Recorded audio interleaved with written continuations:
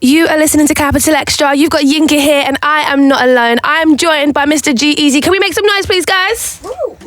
Everyone's a little bit worse for wear. How are ya? I'm good. I'm hella happy. Yeah. So what brings you to London, actually?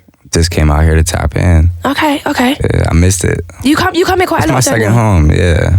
Do you know my first, I would say, experience of you, like the first time I ever saw you perform, and it was on a really big scale, was I think it was Wireless 2014.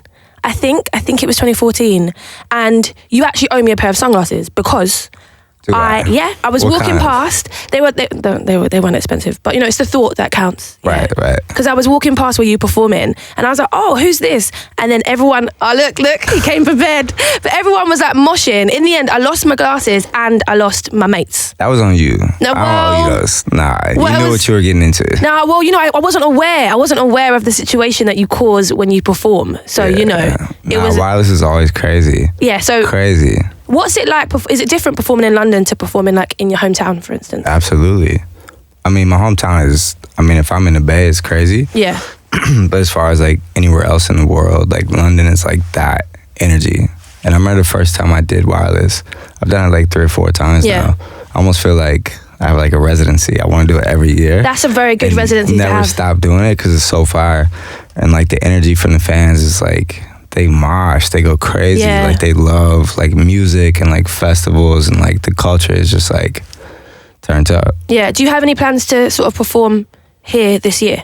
Yeah. You're looking at me all suspicious. Yeah, in May. We haven't announced it yet, but I'll be back here for sure. Oh, in May? Yeah. Oh, that would be awesome. That would be so sick. And you recently dropped an album. Mm-hmm. And you did it alongside a film, didn't you? So it was like a feature film exclusive to Apple Music. Yeah. Can you talk me through the process of that? I mean, the film was like, I wanted to bring the album to life. Mm-hmm. And I felt like the album had like a concept to it of like this duality of Gerald, G-Eazy. Mm-hmm. And I just wanted to make a short film to like bring that whole idea like to the screen.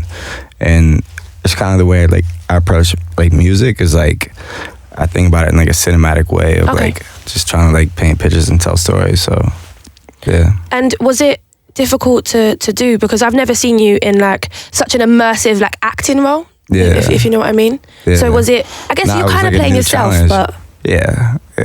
So it wasn't like that hard. I guess I'm just playing me, but it was still like a new thing. Like I'd never done some to that extent. Yeah. So yeah, but it was new. It was dope.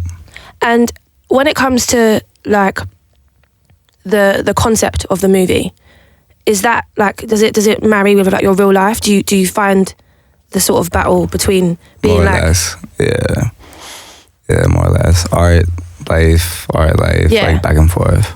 And how do you sort of like counter that? How do you like maybe like remain grounded or like remain sort of? I don't know.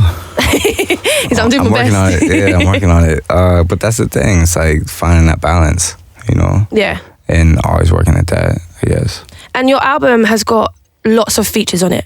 It seems like you put a lot of like work into it, and a lot of people came together, sort of create a project. How did you pick the people that were going to be on it?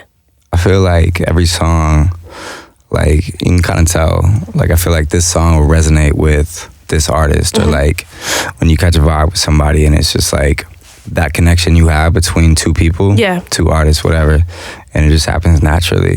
Like you have to let that happen as opposed to like, oh, I need this person on my album. Yeah, as opposed to that before you hear what just they've had to. And let it happen. Like, and when it happens like naturally, I feel like that's when it's at its best. I did notice on Beautiful and the Damned, right, that there are no UK features actually.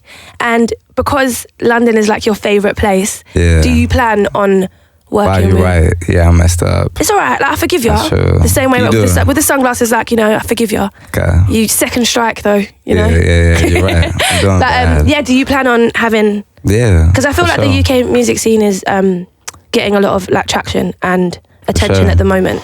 Yeah. So is there anyone that you kind of like have your eye on? Lil Sims is incredible. Oh, she's amazing. Hella talented. Yeah, I feel like she's really talented. Sort of like not underrated, because that is sort of saying she hasn't done a lot, but she has done a lot. Yeah. But I feel like the spotlight hasn't been. It'll come. Yeah, on her. Because she has it. Like has it for real. Yeah. Youngin. Oh yeah. So yeah, Danny Seth. Yeah, of course, like Skepta, Stormzy, all that. Yeah. Oh, cool. At least you know, like, because sometimes I ask people, yeah, like, do you like UK music? They're like, yeah. I'm like, who? And they're like, yeah. I look up like, and I'm like, we can edit that out. It's fine. Yeah. So it's good that that you know. And with you have a remix as well that we're playing on Capital Xtra. And so it was you, A$AP Rocky, and Cardi on the original, and then French Montana and Juicy J have jumped on the remix. Right. Is this another sort of case of when it feels? Belly. Oh yeah, sorry, and Belly. And but is this another case of like when it feels, when the vibe is right? Yeah, like that beat. Like I felt like I want to see like what other people would do with it. Yeah. Like it's just one of those like.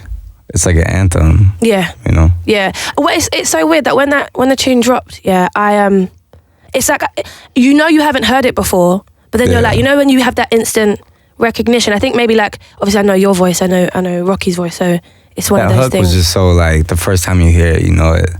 And like when we made it, like he was freestyling that, and I felt like when he said that, I was like, yo, that's an anthem. Like, record that right now. Yeah. And it was just like instantly like connected, you know? Yeah. And it's gone down like a storm with like the fans and stuff. Yeah. So, you know, when you release new music, be it like a single or an album like you've just done, do you have pressure on yourself? Do you feel like this has to do well, this has to hit like X amount? Do you have those? I mean, you feel that when you strive for this. You know, like you don't play just to play, like you want to be like that. Yeah. But at the same time, like it's music. It's not like you give it what you have. Like you write the songs, you put the album together, you put it out, like you do all you can. Past that, it's like, that's what it is. It's up to like the people to react to it. And if they do, then that's beautiful. If they don't, like you can't do anything. It's just like your creativity, your output, like that's you expressing yourself in music. Yeah. But like competitively, it's always like, of course, you want to advance every time. You want to like, you know, do you better like sort of like climb the steps, so to speak? Yeah, hell yeah. Yeah, no, I know. I want to be the biggest thing in the world. Well, you're on your way though. Do you know what I mean? Like it's definitely on the way, and everyone does love the song as well. I want to thank you for sitting down and chatting with me on Capital Xtra. We are going to play the No Limit remix, so can you please introduce it for the Capital Xtra listeners? So this is the No Limit remix right here with French Montana, Belly, Juicy J, Young Gerald, A$AP Rocky. Let's go.